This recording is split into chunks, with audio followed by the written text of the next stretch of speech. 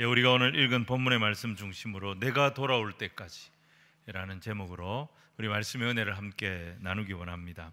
오늘은 종려주일입니다.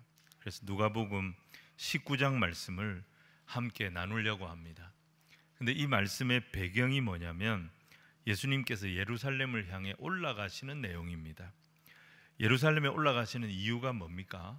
그 이유는 십자가를 지시기 위해서 올라가시는 길이었습니다.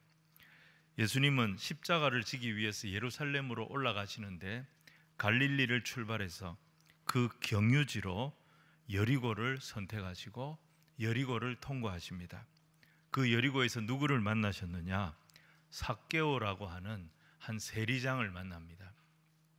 그리고 그의 가족들도 만나셔서 그 가정에 하나님의 구원의 은혜를 베푸십니다. 그리고 곧장 예루살렘을 향해 올라가십니다. 근데 문제가 뭐냐면 예루살렘으로 가시는 이유에 대해서 예수님 생각하고 예수님을 따라가는 제자들의 기대가 완전히 달랐다는 것입니다. 제자들은 예수님이 가시는 곳마다 많은 사람들이 모여든 것을 보았습니다. 그 많은 사람들이 하나같이 예수님을 다윗의 자손이라고 연호하는 이 모습을 보면서 흥분하기 시작했습니다. 이때 제자들이 무슨 생각을 하게 되냐면 확실하다. 예수님이 예루살렘에 입성하실 때 이 분위기는 아마 정점에 이르게 될 거다. 그러면 거기서 우리 예수님은 왕이 되실 거야. 이런 기대를 갖게 되어졌던 것입니다. 하지만 예수님은 전혀 다른 생각입니다. 십자가를 지시려고 죽으시려고 지금 예수님은 예루살렘을 향해 가시는 길이었습니다. 그러니까 예수님과 제자들은 지금 동행하고 있지만 그 기대와 그 생각이 완전히 달라졌어요. 점점 멀어지고 있었던 것입니다. 이걸 우리가 동상이몽이라 그렇게 말하기도 합니다. 그래서 누가복음 19장을 보시면 예수님께서 바로잡아 주십니다. 제자들의 이 헛된 욕망들, 그들이 꿈꾸는 헛된 기대들, 이것들을 하나하나 바로잡아 주시는 것을 보게 됩니다. 그러면서 예수님은 인자가 과연 어떤 존재인지, 인자의 관심이 무엇인지, 그 인자를 믿고 따르는 자는 어떤 자세로 세상을 살아야 하는지 예수님의 비유를 통해서, 예수님의 행동을 통해서, 다른 말로 하면 말씀과 삶으로 예수님은 하나씩 제자들의 잘못된 생각을, 예수님에 대한 잘못된 생각, 하나님 나라에 대한 잘못된 생각을 교정시켜 주시는 것을 보게 됩니다. 그 중심에 뭐가 있느냐? 누가복음 19장의 중심에 뭐가 있느냐? 바로 문화 비유가 나오는 것을 보게 됩니다. 오늘 본문의 제자들을 보시면 이 분위기 속에서 예수님이 예루살렘에 도착하기만 하면 당장 하나님 나라가 이루어질 거라고 생각을 했습니다. 우리 11절을 같이 읽겠습니다. 시작. 그들이 이 말씀을 듣고 있을 때에 비유를 더하여 말씀하시니 이는 자기가 예루살렘에 가까이 오셨고 그들은 하나님의 나라가 당장에 나타날 줄로 생각함이더라. 제자들은 기대를 했던 거죠. 예수님이 예루살렘에 도착하시면 왕이 될 거야. 이스라엘을 해방시키실 거야. 다윗의 나라를 다시 세우실 거야. 예수님께서 세우실 그 나라, 그게 바로 하나님의 나라가 이 땅에 나타나는 거야.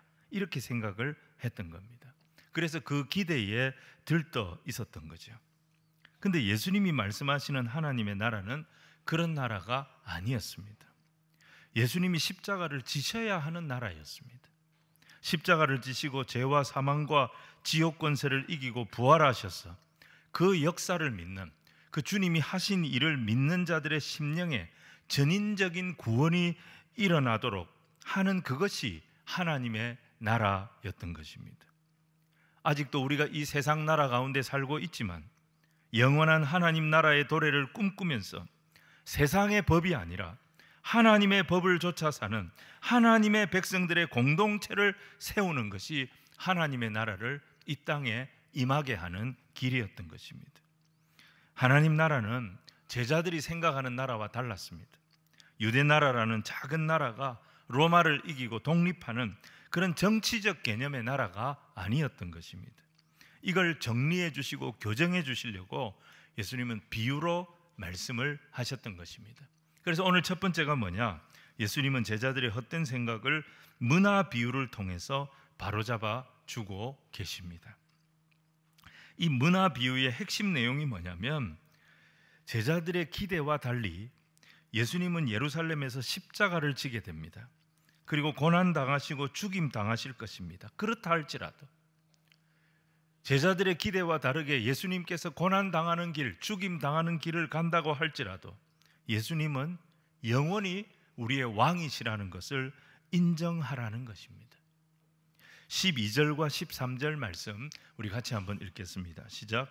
이르시되 어떤 귀인이 왕위를 받아가지고 오려고 먼 나라로 갈 때에 그 종 열을 불러 은화 10문화를 주며 이르되 내가 돌아올 때까지 장사하라 하니라. 여러분, 여기에 왕위를 받아오려고 잠깐 먼 나라로 떠나는 귀인이 있습니다. 이 귀인이 누구를 말하겠습니까? 바로 예수님을 말하는 것입니다. 예수님 자신을 두고 하신 말씀입니다. 예수님이 십자가에 죽으시고 부활 승천하셔서 제자들을 떠나가시지만 그건 떠나는 것이 아니라 다시 오신다는 것입니다.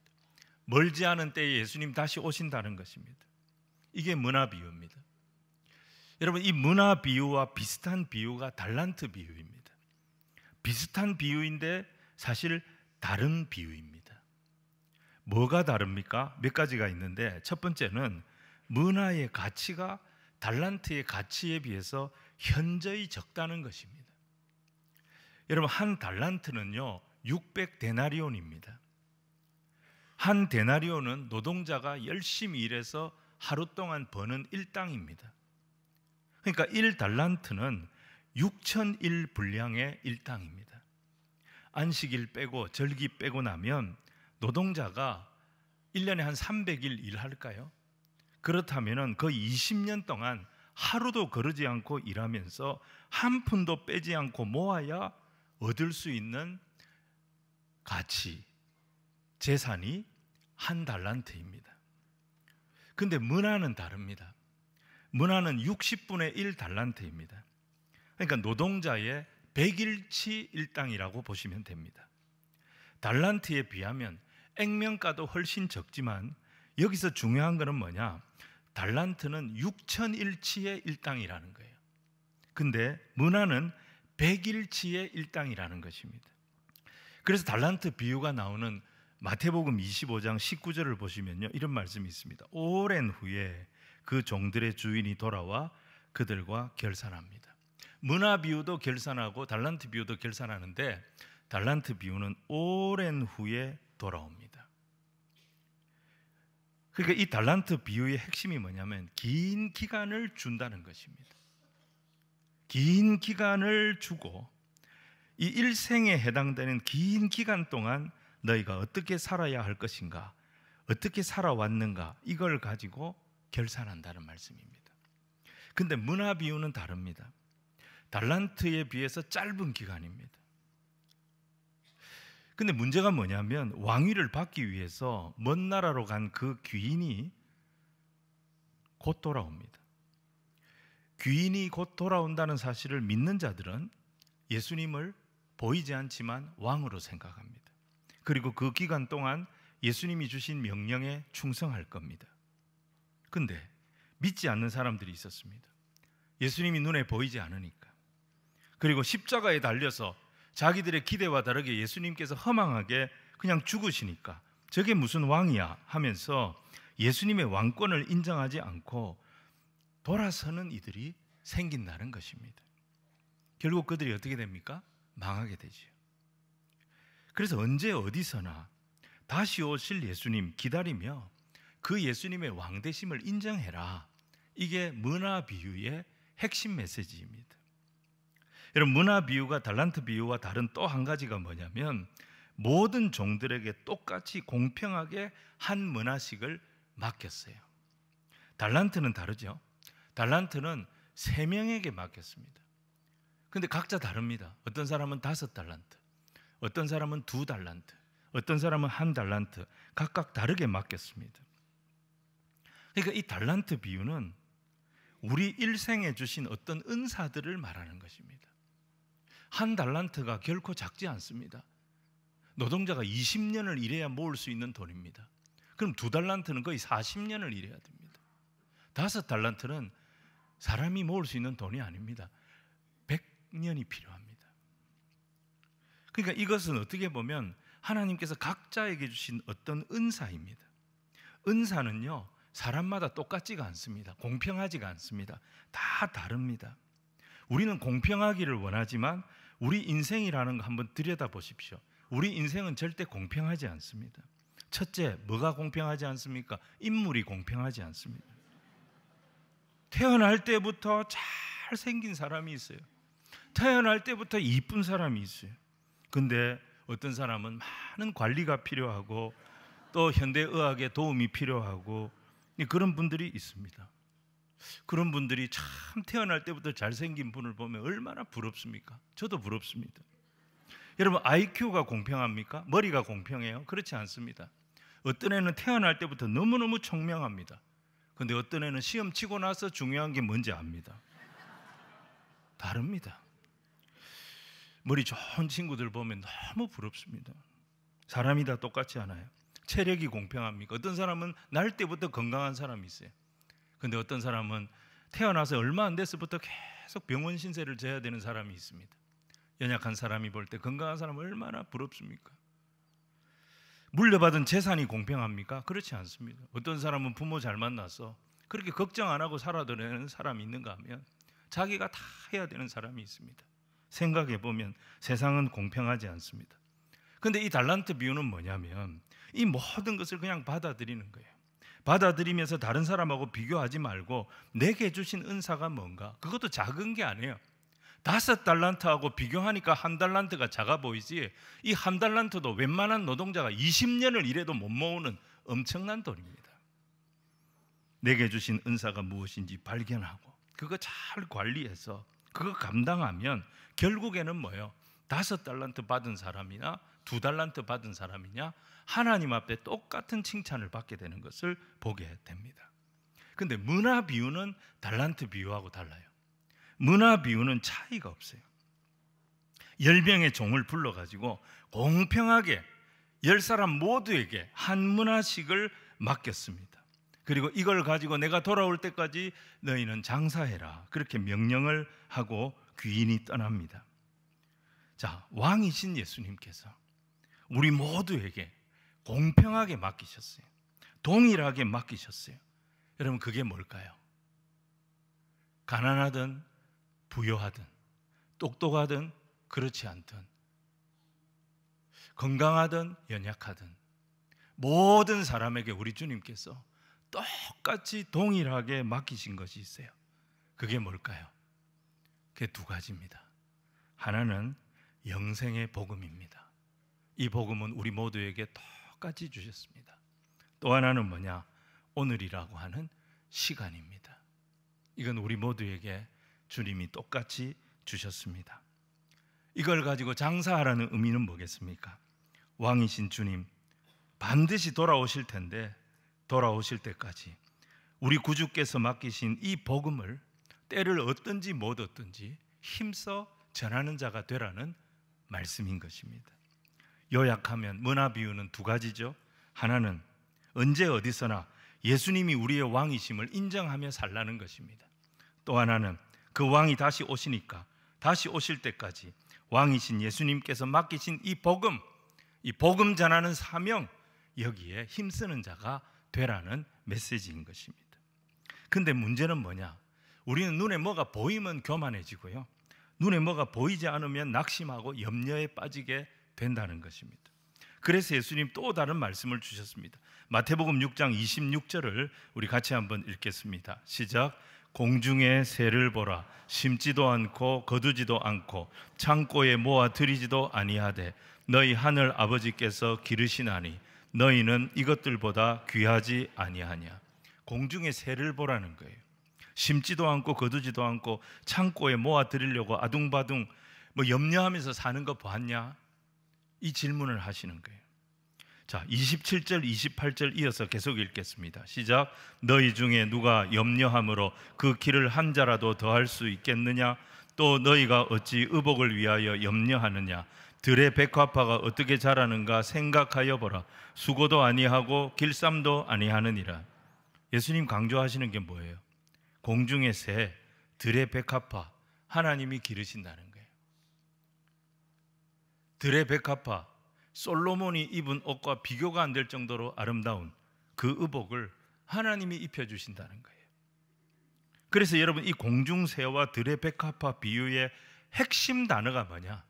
이 비유의 핵심 단어는 30절에 나오는 하물며예요. 하물며. 공중의 새도 기르시고 들의 백합화도 입히시는 하나님이 하물며 너희들일까 보냐? 믿음이 적은 자들아. 요약하면 뭐죠? 앞이 보이지 않을 때, 그래서 염려가 생기고 두려움이 생기고, 뭐가 보이는 게 그럴듯해가지고 교만이 생기고 자신감이 넘칠 때, 그런 거에 흔들리지 말고 항상 무엇을 생각해야 되느냐? 성도는 하나님과의 관계를 생각하라는 겁니다. 아무리 어렵고 힘들어도 하나님이 어떤 분인지, 하나님은 우리의 아버지십니다. 우리에게 가장 좋은 것을 주시는 좋으신 아버지이심을 믿으시기를 바랍니다. 그래서 우리가 해야 할 일은 뭐예요? 그 좋으신 아버지의 뜻이 뭔지, 어떻게 하면 그 아버지의 뜻에 순종할 수 있는지, 그분의 뜻을 따르는 것이 우리에게 가장 중요한 태도라는 것입니다. 사랑하는 성도 여러분, 눈에 보이는 것들 때문에 우리가 흔들릴 때 하물며의 하나님을 기억할 수 있는 저와 여러분이 되기를 소원합니다. 우리의 하나님, 우리의 아버지이심을 믿고 예수님을 나의 왕으로 모시고 오늘도 흔들리지 말며 내게 맡기신 복음을 때를 얻든지 못 얻든지 담대하게 기쁘게 증거하며 살아내는 우리 주님의 친백성들 다 되시기를 주님 이름으로 축원을 드립니다. 오늘 두 번째는 뭐냐? 예수님은 제자들의 헛된 생각을 삭개오 사건을 통해서 바로잡아 주십니다. 자, 1절로 10절의 내용이죠. 예수님을 왕으로 인정합니다. 예수님을 왕으로 인정한다면 뭐가 보여야 되겠습니까? 왕이신 예수님의 관심이 어디에 있는지가 보여야 하는 것입니다. 왕의 관심이 뭐냐는 거죠. 이 삭개오 사건을 통해서 왕의 관심은 잃어버린 자를 찾아 구원하는 것이 왕의 관심이다라는 것입니다. 그런데 우리가 말씀을 알지 못하면 왕의 관심을 놓쳐버립니다. 왕의 관심을 놓쳐버리는 사람은 복음이 뭔지를 모르는 사람입니다. 복음이 뭔지를 모르는 사람은 항상 이원론적으로 생각을 합니다. 교회 안에서도 마찬가지입니다. 좋은 사람, 나쁜 사람, 믿음이 있는 사람, 믿음이 없는 사람, 착한 사람, 악한 사람, 의인, 악인, 애국자, 매국노, 아군, 적군, 항상 이렇게 사람을 나누는 짓을 합니다. 복음을 알지 못하면 내가 죄인이라는 사실을 모릅니다. 복음을 알지 못하면 내가 죄인이라는 사실을 모르니까 항상 나는 어느 위치에 섭니까? 의인의 위치에 딱 서서 모든 사람들을 정죄하고 판단하는 거예요. 여러분, 그 기준으로 본다면 삭개오는 어디에 해당됩니까? 그는 세리였습니다. 유대인들이 개처럼 여기는 세리였습니다. 그냥 세리가 아니라 세리장이었습니다. 거기다가 부자였습니다. 이런 사람은 뭐죠? 절대 구원을 받을 수 없는 사람입니다. 구원받아서는 안 되는 사람, 죄인의 대명사, 악인의 대명사, 상종도 해서는 안 되는 그런 존재였습니다. 그런데 예수님 이 사람에게 어떻게 하십니까? 이 사람을 마치 오랜 친구를 부르시듯이 뽕나무 위에 올라가 있는 삭개오를 향하여 그의 이름을 불러주셨습니다. 그리고 그의 집에 가시겠다고 모든 사람들 앞에서 공포를 하셨습니다. 사람들이 7절에 뭐라고 합니까? 뭇사람이 보고 수군거려 이르되 저가 죄인의 집에 유하러 들어갔도다 하더라. 사람들의 관심사가 뭐죠? 죄인과 의인을 나누는 겁니다. 근데 왕의 관심사는 뭐죠? 죄인인 줄 알면서 그를 찾아가 그를 그 죄에서 건져내는 것. 이게 왕의 관심사였어요. 결국 삭개오와 삭개오의 집안이 어떻게 됩니까? 우리 9절과 10절을 같이 읽겠습니다. 시작. 예수께서 이르시되 오늘 구원이 이 집에 이르렀으니 이 사람도 아브라함의 자손이미로다. 인자가 온 것은 잃어버린 자를 찾아 구원하려 함이니라. 잃어버린 자를 찾는 것이, 잃어버린 자를 찾아 구원하는 것이 왕의 관심사였다는 것입니다. 여러분, 아담과 하와가 선악과를 따먹고 죄가 이 세상에 들어왔습니다. 아담과 하와가 선악과를 따먹은 이유가 뭐죠? 무엇으로 뱀이 유혹했습니까? 이거 먹으면 네가 죽는 게 아니고 네 눈이 밝아져서 네가 하나님처럼 되는 거야. 네가 하나님 자리에 얼마든지 올라갈 수 있다고 유혹을 했어요. 거기에 넘어가서 선악과를 따먹은 거예요. 선악과를 따먹은 죄인들의 특징이 뭐냐면 스스로 하나님 자리에 앉기를 좋아한다는 거예요. 스스로 의인의 자리에 앉기를 당연하게 생각한다는 것입니다. 거기 앉아서 자기가 판단하는 거예요. 선과 악을 자기가 판단하고 자기 스스로 하나님 노릇을 하려고 한다는 것입니다. 여러분, 우리는 공의를 좋아하고 은혜를 싫어합니다. 은혜라고 하는 것은 내가 받을 때는 좋은 것입니다. 하지만 내가 아닌 다른 사람이 은혜를 받는다? 그건 우리가 용납을 못합니다. 마태복음 20장에 나오는 포도원 품꾼 비유가 바로 그 이야기입니다. 오후 5시에 온 사람들이 1시간을 일하고 한 데나리온을 받았을 때 누가 분노했습니까? 먼저 온 사람들이 분노했습니다. 9시에 와서, 아침 9시에 와서 종일토록 일한 사람들, 자기들은 의인이었습니다. 자기들의 기준으로 볼 때 오후 5시에 온 자들이 자기와 똑같은 대우를 받는 것은 불의함이라고 생각했습니다. 그래서 원망한 거예요. 그래서 분노한 거예요. 사실 이들의 원망과 분노는 분명히 이유가 됩니다. 저도 만약에 그 자리에 있었다면 같이 원망하고 같이 분노했을 겁니다. 그런데 이 비유의 핵심이 뭐냐는 것입니다. 이 비유의 핵심은요, 포도원 주인의 마음입니다. 자비로운 주인은 시간이 오후 5시가 됐어요. 이제 일을 마무리할 시간이에요. 그런데 거리에 나가보니까 하루가 거의 다 지나갔음에도 불구하고 집에 가지 못하고 자기를 써줄 사람을 애타게 그 시간까지 기다리고 있는 이 품꾼들을 본 거예요. 이 절박한 품꾼들의 모습을 보고 도저히 모른 채 할 수가 없었던 것입니다. 이게 주인의 마음이었어요. 오후 5시에 온 사람이 하루 종일 일한 사람들과 똑같은 품삯을 받을 수 없다. 그것은 맞는 말입니다. 그게 공의입니다. 먼저 온 자들이 분노하는 것도 어떻게 보면 당연합니다. 그런데 주인의 마음이 그렇지가 않은 거예요. 주인의 마음은 5시에 온 사람도 1시간밖에 일하지 않았지만 그에게도 똑같은 은혜를 베풀고 싶었던 거예요.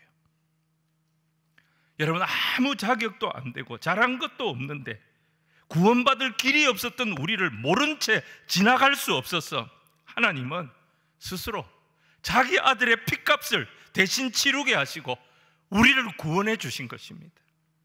근데 마귀 사탄은 우리가 구원받은 것은 불의하다고 분노합니다. 어떻게 이렇게 할 수 있습니까? 저들이 한 게 뭡니까? 저들이 잘한 게 뭡니까? 저들이 수고한 게 무엇입니까? 뭘 했다고 저들이 하나님의 구원을 저렇게 받습니까? 값없이 받습니까? 이게 공정한 겁니까? 이게 하나님의 공입니까? 분노하며 따집니다. 근데 아버지의 마음이 뭐예요? 자기 아들의 핏값을 대신 치르고라도 저들을 구원하는 것이, 저들이 내 자녀가 되는 것이, 그게 내 마음이라고, 그게 내 원함이라고 그렇게 말씀하시는 거예요. 여러분, 우리가 그런 은혜를 받았음에도 불구하고 다른 사람에 대해서 은혜보다 공의를 주장하고 그를 너무 쉽게 정죄하려고 합니다. 하나님 나라의 특징이 뭡니까? 죄인을 건져내서 의인되게 하는 나라입니다. 스스로 의로운 척하면서 나 외에는 아무도 들어오지 못하도록 문을 막고 있는 바리새인의 나라는 하나님의 나라가 아닌 거죠. 사랑하는 여러분, 세리장인 zac개오를 찾아서 예수님 일부러 여리고까지 오신 것입니다. 그리고 예수님, 그가 올라가 있는 뽕나무 밑까지 일부러 오셔서 그의 이름을 불러주신 거예요. 그리고 그의 집에 일부러 가셔서 그를 회개하고 돌이켜 구원 얻게 하셨습니다. 그리고 그의 가정을 아브라함의 자손이라고 선포해 주셨습니다. 아브라함의 자손이 될 수 없는 자가 아브라함의 자손이라는 은혜를 입을 수 있는 곳, 그 나라가 바로 하나님 나라인 것입니다. 잃어버린 자를 찾아 구원하는 것이 왕의 관심사였습니다. 여러분, 우리가 이 왕의 마음을 회복할 수 있다면 내 인생에 다시 하나님의 은혜가 흐르기 시작할 겁니다. 내 인생에 하나님의 은혜가 다시 흐르기 시작할 때 우리 인생의 전성기가 다시 시작될 줄로 믿습니다. 우리 교회는 70년 역사, 수많은 하나님의 은혜 속에 여기까지 왔습니다. 근데 우리가 이 왕의 마음을 더 온전히 회복하게 된다면 70년부터 하나님, 우리 교회에 다 풍성한 하나님의 은혜가 흐르는 진정한 전성기가 열리도록 인도해 주실 줄로 믿습니다.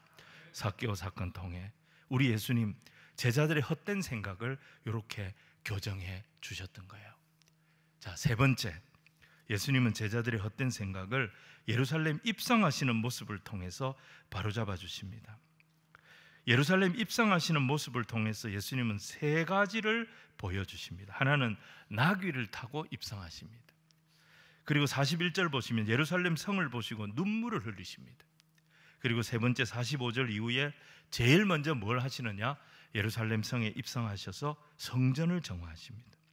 나귀를 타셨다는 것은 겸손을 의미합니다. 여러분, 한비자가 이런 말을 했어요. 어떤 사람과 대화를 할 때 그 사람의 약점을 공격하지 마라. 그러면 그 사람을 이길 수 있을지는 몰라도 그의 마음은 얻지 못할 것이다. 사람의 마음을 얻으려면 친구가 돼야 됩니다. 그 사람을 설득할 수 있어야 됩니다. 예수님은 정복자로 오신 게 아닙니다. 설득자로 오신 것입니다. 그래서 요한계시록 3장 20절에 뭐라 그랬습니까? 볼지어다 내가 문 밖에 서서 두드리노니 누구든지 내 음성을 듣고 문을 열면 내가 그에게로 들어가 그와 더불어 먹고 그는 나와 더불어 먹으리라. 예수님 힘이 있다고 그 힘을 다 쓰시지 않았다는 거예요. 우리의 마음문 부수고 들어오실 힘과 권세가 있지만 예수님은 정복자로 오신 것이 아니기 때문에 그 힘을 다 쓰지 아니하셨습니다. 우리가 우리의 마음문을 열 때까지 참으시고 기다리시는 분이십니다. 우리를 구원하시기 위해 스스로 희생자가 되셨고 스스로 설득자가 되신 것입니다. 그 모습을 보여주시기 위해 하나님의 아들이 말을 타지 않고 나귀를 타시고 겸손하게 입성하신 겁니다. 오늘 우리의 모습이 이 모습을 닮아야 합니다. 하나님 우리에게 능력과 은혜를 주실 때 뻐기지 마십시오. 자랑하지 마십시오. 허세 부리지 마십시오. 겸손하게 나귀를 타시는 예수님의 모습이 우리 안에 회복될 때 우리 안에 하나님의 나라가 세워지는 은혜가 임하게 될 줄로 믿습니다. 두 번째는 눈물이에요. 41절 보시면 가까이 오사 성을 보시며 우셨다 그랬습니다. 여러분, 예수님 사역의 특징이 눈물입니다. 긍휼히 여기는 마음, 불쌍히 여기는 마음, 옛날 성경에는 민망히 여기는 마음, 그 마음이 부어질 때마다 구원의 역사가 일어나고 치유의 역사가 일어나고 회복의 역사가 일어나고 기적의 역사가 일어났던 것을 보게 됩니다. 사도 바울의 사역도 똑같았습니다. 사도행전 20장 보시면 밀레도에서 에베소의 장로들을 다 모아놓고 바울이 작별 인사를 합니다. 거기서 고별 설교를 하지요. 그러면서 아시아에서 자기의 모든 사역을 회고하는데 세 단어로 정리합니다. 모든 겸손과 눈물과 시험을 참고 주를 섬겼다. 겸손과 눈물과 시험을 참고 견디는 인내. 내가 그렇게 주를 섬겼을 때 성령께서 일하셨고 도저히 교회가 세워질 수 없는 곳에 교회가 세워지는 역사가 일어났다고 고백했던 겁니다. 여러분, 하나님의 나라는 힘이나 지혜나 능력으로 되는 나라가 아닙니다. 눈물이 있어야 하는 것입니다. 우리의 눈물에 주님의 긍휼이 부어질 때 역사가 일어날 것이고, 그곳에 하나님의 나라가 세워지는 거룩한 역사가 있게 될 줄로 믿습니다. 그리고 마지막 세 번째, 성전을 청결케 하신 사건입니다. 성전의 기능이 뭡니까? 말씀이 말씀되게 하는 기능입니다. 신앙의 기준을 바로 세우는 기능입니다. 이미 예루살렘 성전은 말씀의 기준이 무너져 있었던 것입니다. 이미 무너져 있는 그 성전을 예수님께서 오셔서 책망하시고 청결케 하신 것입니다. 성경을 우리가 뭐라고 부르냐면 정경이라고 부릅니다. 이 정경을 영어로 말하면 캐논입니다. 캐논이 무슨 뜻이냐? 그 어원을 따져보면 대나무 자라는 뜻입니다. 이 자로 딱 재어보면 정확하게 나온다는 거예요. 내가 하나님께로부터 멀어져 있는지 하나님께 가까워져 있는지 이걸 정확하게 판단하고 측정할 수가 있다는 것입니다. 사울이 바울 되기 전에, 사도 바울이 되기 전에 이 사울에게 열심이 없었습니까? 그의 열심은 누구도 따라가지 못할 열심이었습니다.